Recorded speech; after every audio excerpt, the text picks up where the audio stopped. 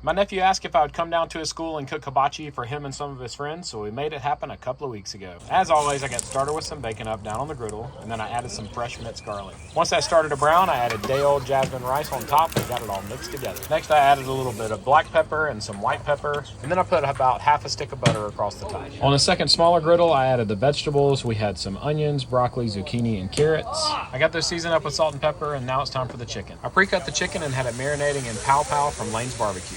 I also hit it with their Kunami seasoning. It's a great blend with a nice ginger flavor.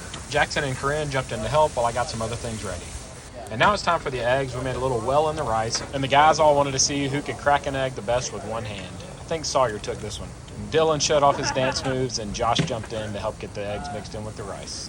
Now I'm mixing a little bit of the very teriyaki sauce in with the vegetables and then getting them off so that I can start the steak. Once again, to make it easier, the steak was pre-cubed and it was in the Pow Pow sauce also. I add just a little bit of soy sauce and some sesame oil to the rice and get it all mixed in. Now I'm going to add some of the teriyaki sauce to the chicken too.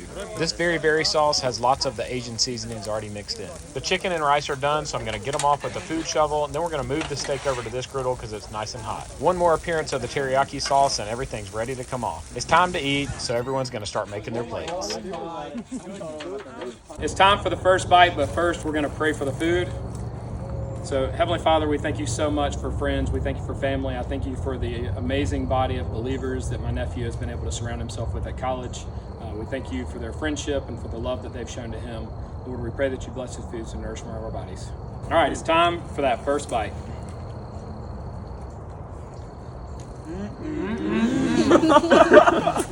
Let's eat, y'all.